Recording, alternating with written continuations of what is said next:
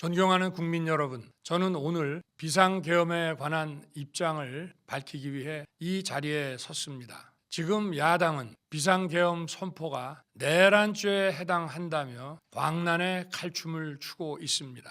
정말 그렇습니까? 과연 지금 대한민국에서 국정마비와 국헌문란을 벌이고 있는 세력이 누구입니까? 지난 2년 반 동안 거대 야당은 국민이 뽑은 대통령을 인정하지 않고 끌어내리기 위해 퇴진과 탄핵 선동을 멈추지 않았습니다. 대선 결과를 승복하지 않은 것입니다. 대선 이후부터 현재까지 무려 178회에 달하는 대통령 퇴진 탄핵 집회가 임기 초부터 열렸습니다. 대통령의 국정 운영을 마비시키기 위해 우리 정부 출범 이후부터 지금까지 수십 명의 정부 공직자 탄핵을 추진했습니다. 탄핵된 공직자들은 아무 잘못이 없어도 소추부터 판결 선고시까지 장기간 직무가 정지됩니다. 탄핵이 발의되고 소추가 이루어지기 전 많은 공직자들이 자진 사퇴하기도 하였습니다. 탄핵 남발로 국정을 마비시켜 온 것입니다. 장관, 방통위원장 등을 비롯하여 자신들의 비위를 조사한 감사원장과 검사들을 탄핵하고 판사들을 겁박하는 지경에 이르렀습니다. 자신들의 비위를 덮기 위한 방탄 탄핵이고 공직기관과 법질서를 완전히 무너뜨리는 것입니다. 뿐만 아니라 위헌적 특검 법안을 27번이나 발의하면서 정치 선동 공세를 가해왔습니다. 급기야는 범죄자가 스스로 자기에게 면죄부를 주는 셀프 방탄 입법까지 밀어붙이고 있습니다. 거대 야당이 지배하는 국회가 자유민주주의의 기반이 아니라 자유민주주의 헌정 질서를 파괴하는 괴물이 된 것입니다. 이것이 국정마비요 국가 위기 상황이 아니면 무엇이란 말입니까? 이것뿐만이 아닙니다. 지금 거대 야당은 국가 안보와 사회 안전까지 위협하고 있습니다. 예를 들어 지난 6월 중국인 3명이 드론을 띄워 부산에 정박 중이던 미국 항공모함을 촬영하다 적발된 사건이 있었습니다. 이들의 스마트폰과 노트북에서는 최소 2년 이상 한국의 군사시설들을 촬영한 사진들이 발견됐습니다. 지난달 40일에는 40대 중국인이 드론으로 국정원을 촬영하다 붙잡혔습니다. 이 사람은 중국에서 입국하자마자 곧장 국정원으로 가서 이 같은 일을 벌인 것으로 확인됐습니다. 하지만 현행 법률로는 외국인의 간첩 행위를 간첩죄로 처벌할 길이 없습니다. 이러한 상황을 막기 위해 형법의 간첩죄 조항을 수정하려 하였지만 거대 야당이 완강히 가로막고 있습니다. 지난 정권 당시 국정원의 대공수사권을 박탈한 것도 모자라서 국가보안법 폐지도 시도하고 있습니다. 국가 안보를 위협하는 간첩을 잡지 말라는 것 아닙니까?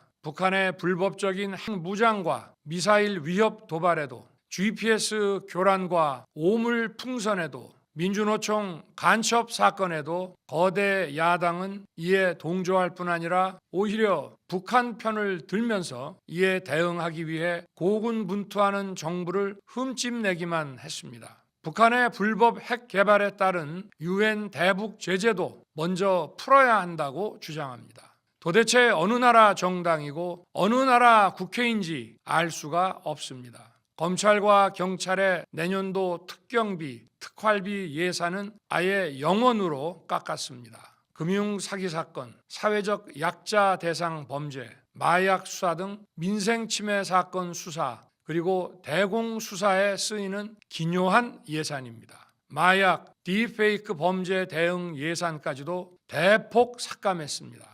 자신들을 향한 수사 방해를 넘어 마약 수사, 조폭 수사와 같은 민생 사범 수사까지 가로막는 것입니다. 대한민국을 간첩 천국, 마약 소굴, 조폭 나라로 만들겠다는 것 아닙니까? 이런 사람들이야말로 나라를 망치려는 반국가 세력 아닙니까? 그래놓고 자신들의 특권을 유지하기 위한 국회 예산은 오히려 늘렸습니다. 경제도 위기 비상 상황입니다. 거대 야당은 대한민국의 성장 동력까지 꺼뜨리려고 하고 있습니다. 민주당이 삭감한 내년 예산 내역을 보면 잘 알 수 있습니다. 원전 생태계 지원 예산을 삭감하고 체코 원전 수출 지원 예산은 무려 90%를 깎아버렸습니다. 차세대 원전 개발 관련 예산은 거의 전액을 삭감했습니다. 기초과학연구, 양자, 반도체, 바이오 등 미래 성장 동력 예산도 대폭 삭감했습니다.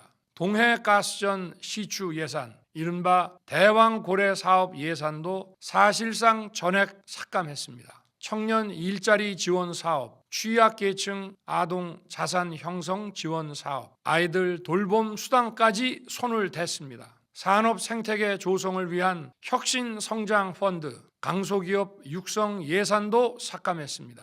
재해 대책 예비비는 무려 1조 원을 삭감하고 팬데믹 대비를 위한 백신 개발과 관련 R&D 예산도 깎았습니다. 이처럼 지금 대한민국은 거대 야당의 의회 독재와 폭거로 국정이 마비되고 사회 질서가 교란되어 행정과 사법의 정상적인 수행이 불가능한 상황입니다. 국민 여러분, 여기까지는 국민 여러분께서도 많이 아시고 계실 것입니다. 하지만 제가 비상계엄이라는 엄중한 결단을 내리기까지 그동안 직접 차마 밝히지 못했던 더 심각한 일들이 많이 있습니다. 작년 하반기 선거관리위원회를 비롯한 헌법기관들과 정부기관에 대해 북한의 해킹 공격이 있었습니다. 국가정보원이 이를 발견하고 정보 유출과 전산 시스템 안전성을 점검하고자 했습니다. 다른 모든 기관들은 자신들의 참관하에 국정원이 점검하는 것에 동의하여 시스템 점검이 진행되었습니다. 그러나 선거관리위원회는 헌법기관임을 내세우며 완강히 거부하였습니다.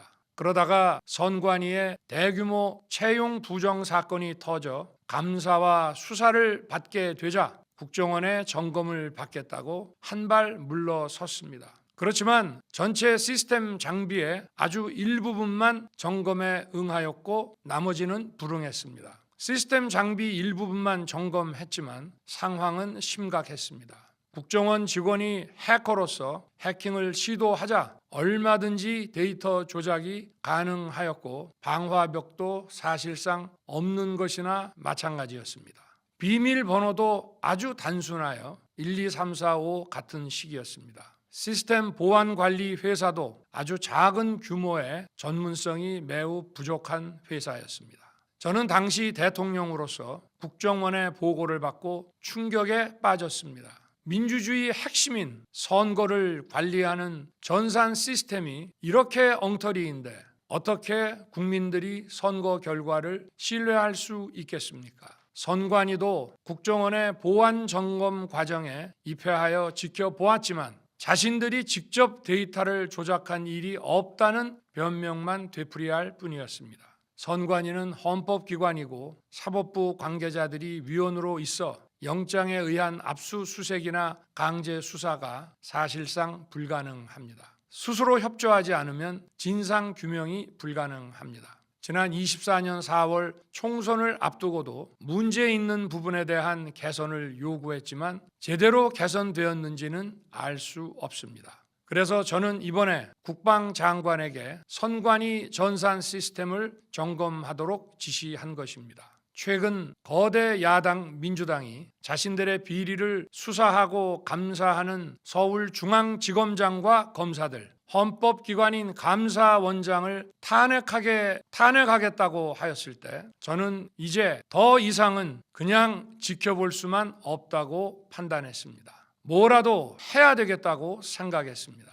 이들은 이제 곧 사법부에도 탄핵의 칼을 들이댈 것이 분명했습니다. 저는 비상계엄령 발동을 생각하게 되었습니다. 거대 야당이 헌법상 권한을 남용하여 위헌적 조치들을 계속 반복했지만 저는 헌법의 틀 내에서 대통령의 권한을 행사하기로 했습니다. 현재의 망국정 국정마비 상황을 사회 교란으로 인한 행정사법의 국가기능 붕괴 상태로 판단하여 계엄령을 발동하되 그 목적은 국민들에게 거대 야당의 반국가적 패악을 알려 이를 멈추도록 경고하는 것이었습니다. 그럼으로써 자유민주주의 헌정질서의 붕괴를 막고 국가 기능을 정상화하고자 하였습니다. 사실 12월 4일 계엄 해제 이후 민주당에서 감사원장과 서울중앙지검장 등에 대한 탄핵안을 보류하겠다고 발표하여 짧은 시간에 계엄을 통한 메시지가 일정 부분 효과가 있었다고 생각했습니다. 그러나 이틀 후 보류하겠다던 탄핵 소추를 그냥 해버렸습니다. 비상계엄의 명분을 없애겠다는 뜻이었습니다. 애당초 저는 국방장관에게 과거의 계엄과는 달리 계엄의 형식을 빌려 작금의 위기 상황을 국민들께 알리고 호소하는 비상조치를 하겠다고 했습니다. 그래서 질서 유지에 필요한 소수의 병력만 투입하고 실무장은 하지 말고 국회의 계엄 해제 의결이 있으면 바로 병력을 철수시킬 것이라고 했습니다. 실제로 국회의 계엄 해제 의결이 있자 국방부 청사에 있던 국방장관을 제 사무실로 오게 하여 즉각적인 병력 철수를 지시하였습니다. 제가 대통령으로서 발령한 이번 비상조치는 대한민국의 헌정 질서와 국헌을 망가뜨리려는 것이 아니라 국민들에게 망국의 위기 상황을 알려드려 헌정 질서와 국헌을 지키고 회복하기 위한 것입니다.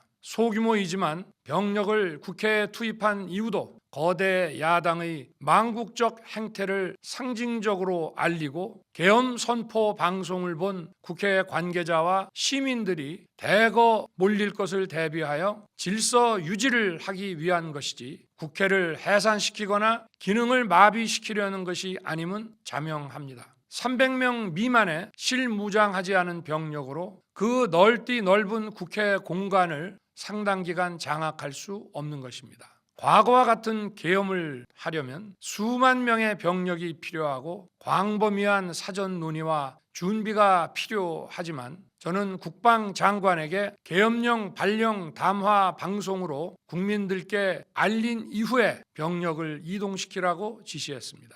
그래서 10시 30분 담화 방송을 하고 병력 투입도 11시 30분에서 12시 조금 넘어서 이루어졌으며 1시 조금 넘어 국회의 계엄 해제 결의가 있자 즉각 군 철수를 지시하였습니다. 결국 병력이 투입된 시간은 한두 시간 정도에 불과합니다. 만일 국회 기능을 마비시키려 했다면 평일이 아닌 주말을 기해서 계엄을 발동했을 것입니다. 국회 건물에 대한 단전 단수 조치부터 취했을 것이고 방송 송출도 제한했을 것입니다. 그러나 그 어느 것도 하지 않았습니다. 국회에서 정상적으로 심의가 이루어졌고 방송을 통해 온 국민이 국회 상황을 지켜보았습니다.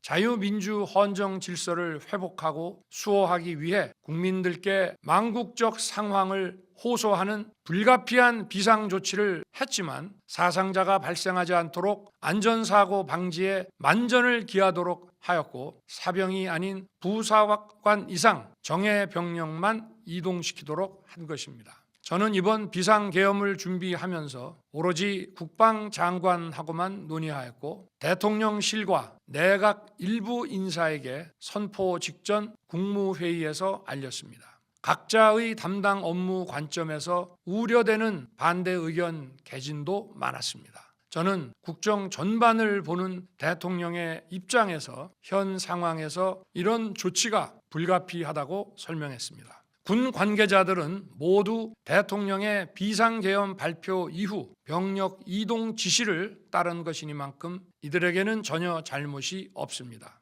그리고 분명히 말씀드리지만 저는 국회 관계자의 국회 출입을 막지 않도록 하였고 그래서 국회의원과 엄청나게 많은 인파가 국회 마당과 본관, 본회의장으로 들어갔고 계엄 해제 안건 심의도 진행된 것입니다. 그런데도 어떻게든 내란죄를 만들어 대통령을 끌어내리기 위해 수많은 허위 선동을 만들어내고 있습니다. 도대체 2시간짜리 내란이라는 것이 있습니까? 질서 유지를 위해 소수의 병력을 잠시 투입한 것이 폭동이란 말입니까? 거대 야당이 거짓 선동으로 탄핵을 서두르는 이유가 무엇이겠습니까? 단 하나입니다. 거대 야당 대표의 유죄 선고가 임박하자 대통령의 탄핵을 통해 이를 회피하고 조기 대선을 치르려는 것입니다. 국가 시스템을 무너뜨려서라도 자신의 범죄를 덮고 국정을 장악하려는 것입니다.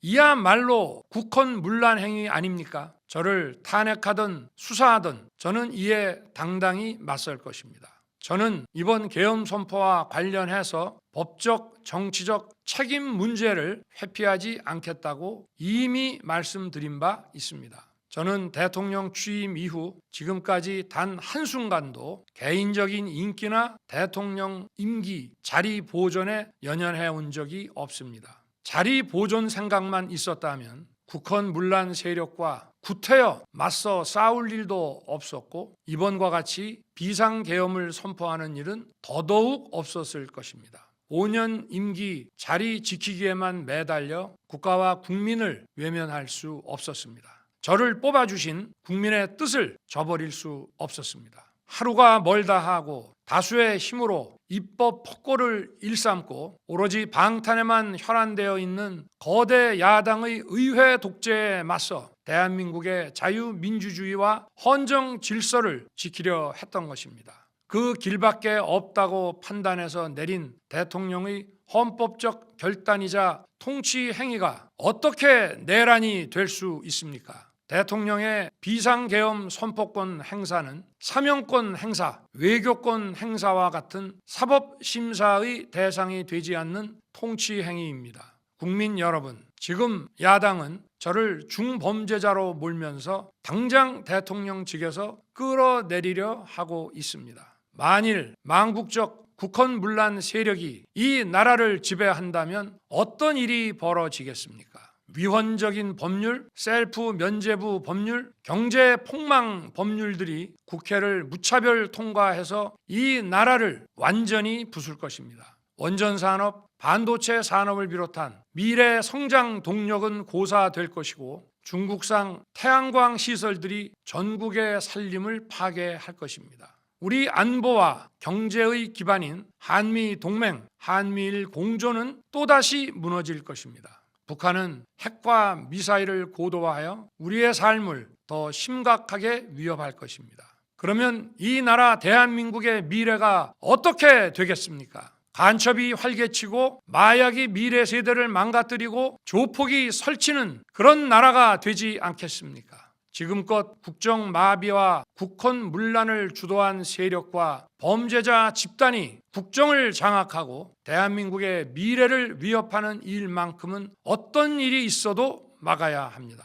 저는 끝까지 싸울 것입니다. 국민 여러분, 국정마비의 망국적 비상 상황에서 나라를 지키기 위해 국정을 정상화하기 위해 대통령의 법적 권한으로 행사한 비상계엄 조치는 대통령의 고도의 정치적 판단이고 오로지 국회의 해제 요구만으로 통제할 수 있는 것입니다.